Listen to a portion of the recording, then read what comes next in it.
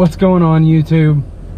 I want to talk to y'all for a minute. I know it's been a long time coming. I've had this Ferris for a long time, but we made a huge change a couple months back. We went from the Toro Grandstand. Of course, it did blow the head gasket. RIP to the Toro. But you know, for my last 4 years in business, I've had multiple different mowers. I know I've touched on that subject. I've had everything from a Skag Turf Tiger, a Hustler X1. I've had a few of these Snapper Pro Walk Behinds. I really do love those mowers. They're just hard to beat. I've had an Exmark Turf Tracer. I have had the Toro Grandstand. I've just had a lot of different mowers.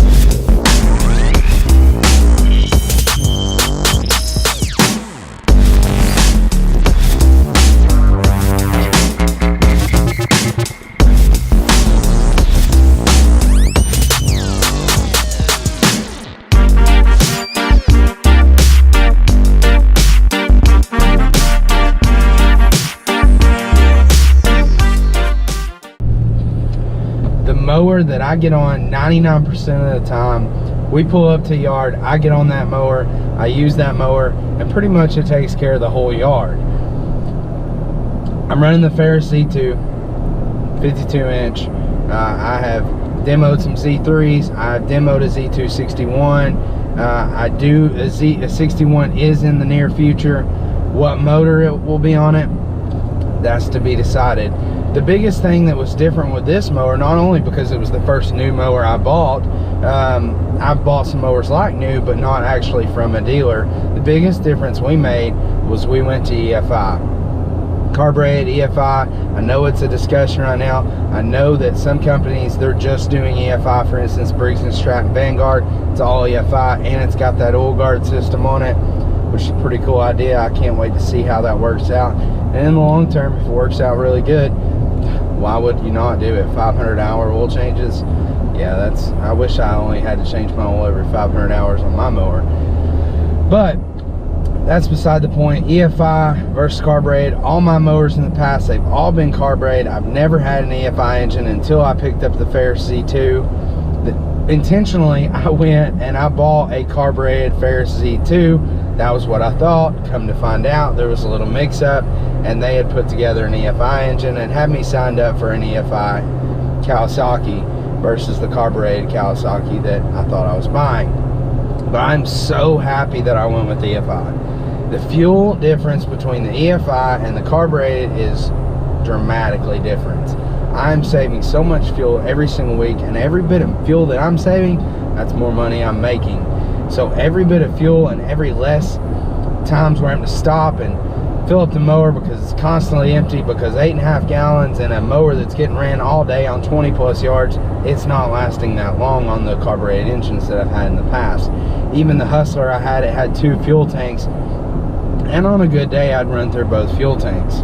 So back to the story with the EFI. When I went to pick mine up, it ended up being EFI. I was a little weary about the EFI because I know of the Kawasaki DFI that came out, and it was a pretty bad issue. It was a pretty bad engine that Kawasaki put out, a lemon if you want to call it that. A couple of my friends, they had to get their DFIs taken off, get some carbureted Kawasaki's put on, and they curse EFI and say they'll never trust another Kawasaki EFI engine.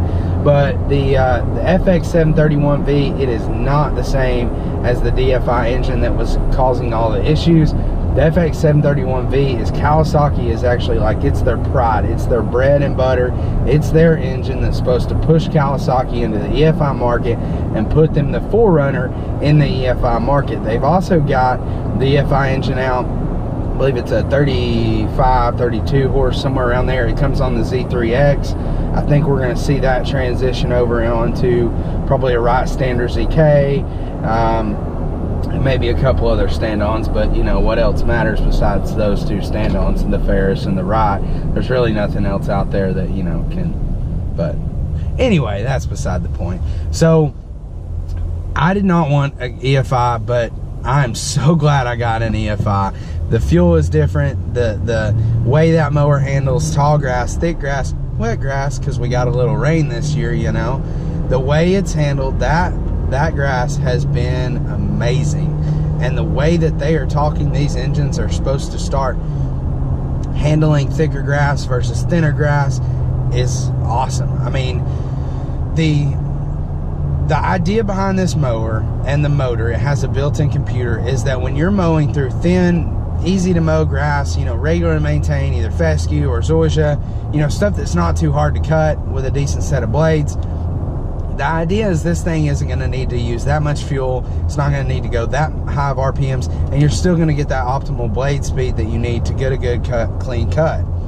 So, but when you get into thicker areas, crabgrass, wet yards, overgrown yards, those 2-week yards that need to be done like twice a week because they grow so bad, those people who spoon feed their yard fertilizer, the Bermuda yards, I mean, the idea behind the motor and the computer on the motor is it's going to tell that motor, okay, we're in thicker grass, we got to get this blade speed up, we got to get some more RPMs, we need more fuel, we need more air, we need to get this engine running to optimal performance so that we're still leaving a nice clean cut, and we're not, and this user is not slowing all the way down just to get through this and bog through this really tall grass. Now, EFI, the Kawasaki EFI, it's not there yet. It needs to be. It needs to give you some more RPM, some more fuel, stuff like that when you get in the tall grass. Right now it's not there yet, but I do see that that is going to be coming in the near future, and it's going to change the way we mow grass. Those 2-week yards that we dread because the customer doesn't want it, but every 2 weeks, and it's always super high and super thick, or even the weekly yards that we sometimes battle because they're so thick. With the advances that are coming to these EFI engines, that's not going to be an issue anymore. That mower is always going to cut that yard at the best, you know, optimal power that it needs. You're not going to be bogging down. You're not going to have to go real slow through this yard because it's going to know it needs more RPMs and it needs more power. Also with the EFI, when you're running through those thinner yards and it's not needing all that fuel and all that air to get more RPMs, it can also save you on fuel, which is where we're seeing a big change in the fuel that we're running. My 19 horsepower walk behind, 48-inch walk behind, does have a sulky on it. When we fill it up, I think it's a 6.5 gallon tank. If I fill it up and I fill up my Ferris Z2 52-inch and I mow side by side day in and day out, that Snapper Pro will run through 2 to 3 tanks a day in the 6 gallon. So it'll go through 12 to 14 gallons of gas a day. The Ferris C2 with an 8.5 gallon tank, on a very, very busy day, we will run through a tank. But most days I fill it up at the beginning of the day, I mow all day, and at the end of the day it's on a quarter a tank to half a tank, just depending on the size of yards and what kind of yards we did. So it's saving me money. I do stop every morning, I top it off, I run no ethanol gas in it, and that's a whole nother reason why I love the EFI. But I run no ethanol gas in it, and I just top it off every morning. I have a 5 gallon tank on the trailer that is always full in case we need it for trucks or equipment or push mower or the walk behind, which doesn't get used much now. So we top it off, and it's generally good for a full day's worth of mowing. Last Friday we did 22 yards, and of those 22 yards we ran through a tank and a couple gallons. So we'll say 10 gallons of gas, 22 yards. 3 of those were over 2 acres. One of those was a pretty good sized commercial. It's about 1.5 acres. Another one was 1 acre, 1.5 acres. So then we had some smaller yards mixed in, but no, it wasn't 22 little postage stamp, make 3 passes and you're done. It was 22 yards, and it was daylight till dark, non-stop mowing. I had a friend come on and help me. I mean, we had to get these things done. You know, early wood duck and till season was coming, so I needed to be out there Saturday. But anyway, I'm excited. I love the EFI so far. I've had one issue, so I'm not going to just say I haven't had an issue. I've had one issue out of the EFI engine so far, and that was, you know, it has the little rocker switch. If you've seen these, it has a little rocker switch to idle it all the way up and idle it all the way down. You can push the button a few times and it idles it up, push it down, it idles it back down, which I'm not necessarily a big fan of that system. I'm just used to the little, you know, throttle cable. You just push it all the way up and you're idled up and you're good to go and get to mowing. So I popped off the mower 2 weeks ago to run in to pick up a payment from a customer, and when as I was walking back, the RPMs dropped through the floor. The mower was barely running. No one was near the mower. I mean, it was literally like a ghost to just sit there and idled the mower all the way down, but it was idling lower than even when you start it and have it at low idle. So I knew something wasn't right. We got it on the trailer. I brought it to the dealership, and I called a couple people on the way and spoke with them about the issue that had happened. Most of those people have mentioned the gas cap. If for some reason it's not venting properly, if the gas cap is not venting properly, then it will do something like that because it can't get the fuel it needs to the injectors. So it's running really lean because the gas tank's pressurized and it can't pull the fuel it needs. Brought it to the dealership. They took the gas cap off, of course, to check if there was gas in it, and there was. And screwed the gas cap back on, started it, and it ran fine. You know how that works. You bring it to the dealer, it's going to run perfect when it gets there. So they did some testing. They plugged it up. Another thing with these engines, they can plug up to the computer and read any kind of codes that this thing might be throwing or any kind of issues the motor might be having. It can read that, versus with a carbureted, they're going to have to troubleshoot and, you know, going to charge you some labor hours if for some reason it's not under warranty. So they can plug it up. They plugged it up. It was not throwing any codes. They, you know, ran some tests on it and ended up sending me home with it. And since then, it's been good to go. We're now 3 weeks out. We haven't had any more issues out of it. So that's all about the EFI. I am very much so impressed by the EFI, and I hope to get a Briggs & Stratton soon just to give it, you know, kind of a comparison between the EFI. That's it for now. I'll see y'all.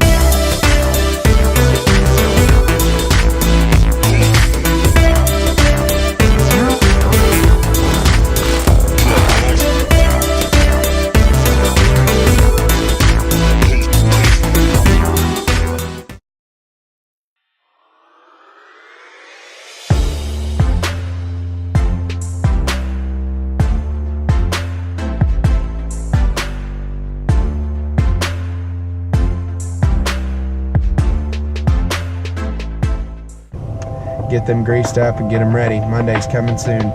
See y'all later.